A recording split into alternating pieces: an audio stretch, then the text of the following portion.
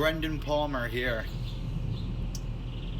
Now, this isn't one of the more entertaining topics I'll be discussing on this channel, but it's pivotal to understanding and internalizing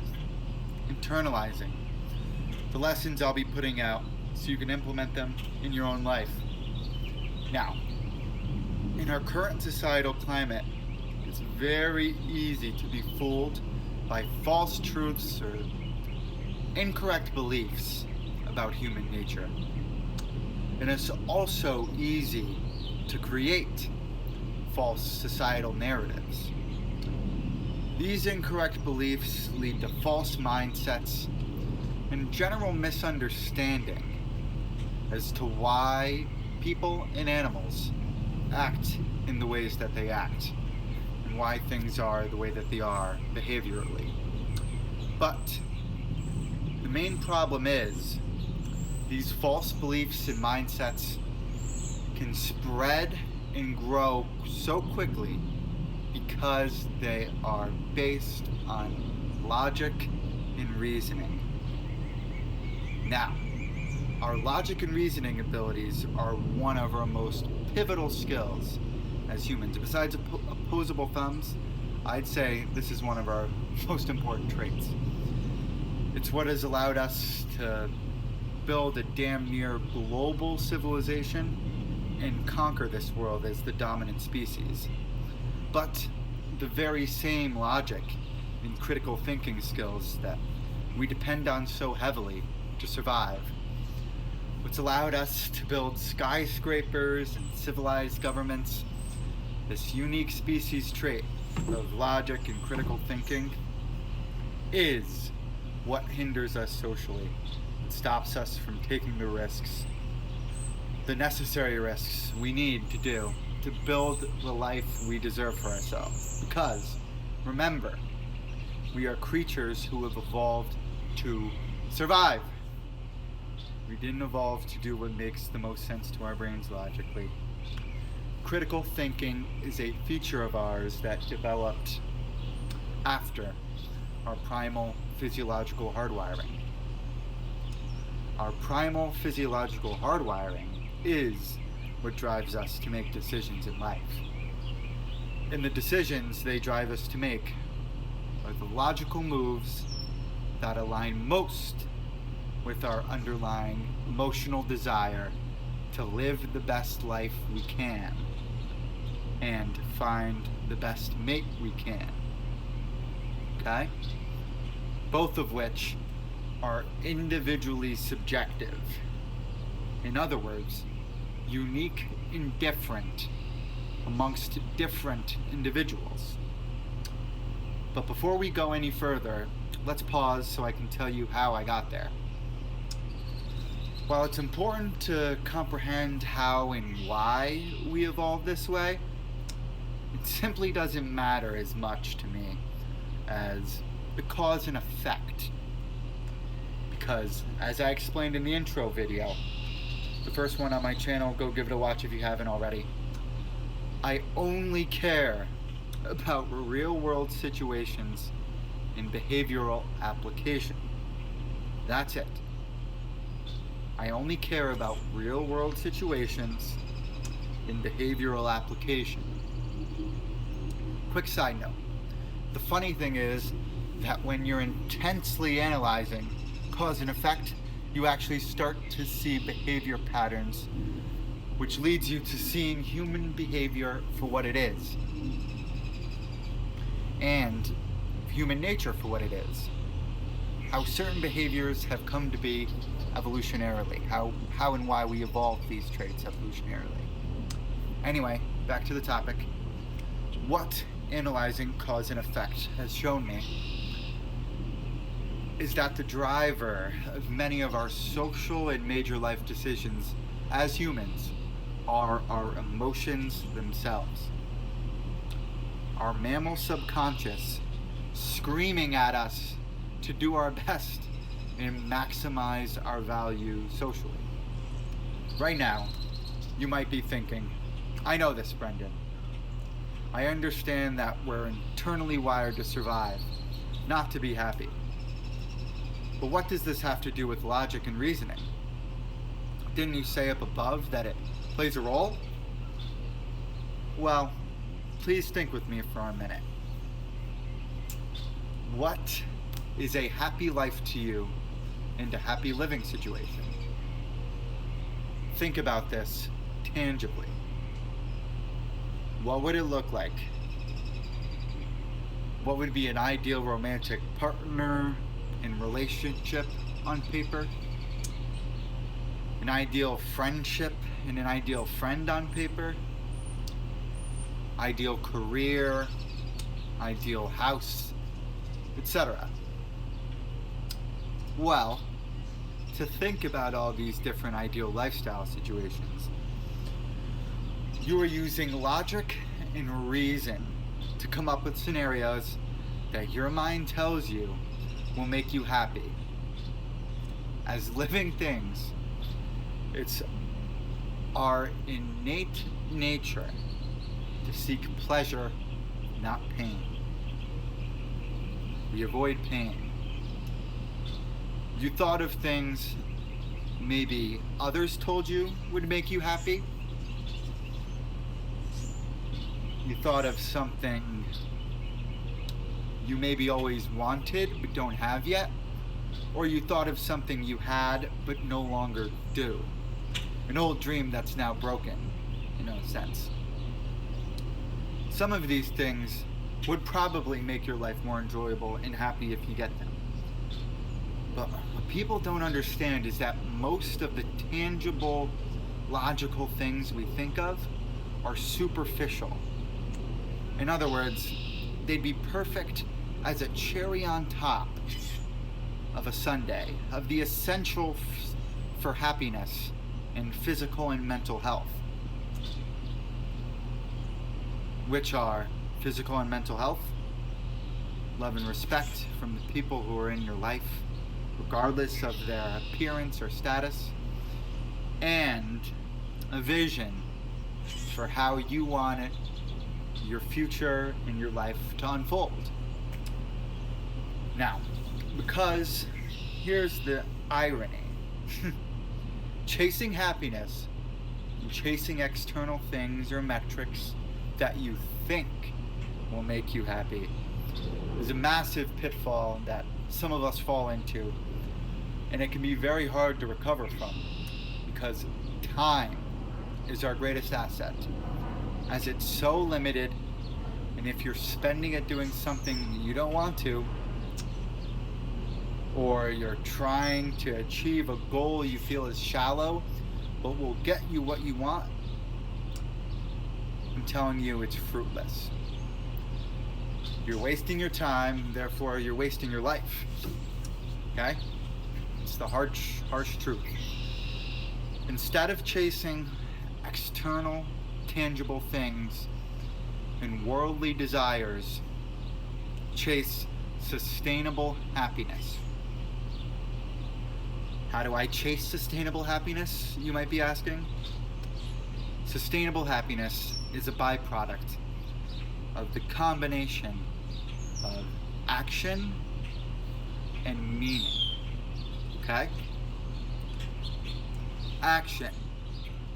Doing something or building something positive for the world each and every day that gets your focus and non-social energy. This gets you out of bed and gets you happy for the day. But meaning, you enjoy doing it. Yes, this is what has to get you out of bed and happy. Because it fulfills you. Because you love it. It's meaningful, purposeful work you know is making a difference. Action and meaning. What this looks like and feels like is doing or building something you're truly proud of. As I said, proving to yourself you're a valuable man or woman by accomplishing things you've never done before. Keep in mind, I didn't say prove to the world. You're proving to yourself you're a valuable man or woman, because that's all that matters. But that's for another time. Creating a fulfilling life or career of your dreams through effort or smarts, and becoming a master of your own mind and emotions. That's a big one, a very big one there. Becoming a master of your own mind and emotions. But wait. Think about this with me. Nothing fulfills us more as humans than living an active lifestyle that's full of things that give meaning to our community. In other words, living a lifestyle that aligns with how we've lived and evolved to live for 99% of our existence. Who would have known, right? Who would have known? Think of our ancient ancestors living tribal lives. We know for a fact that our ancestors were taking action constantly throughout the day just to survive, as each day breathing means a fight for survival, okay?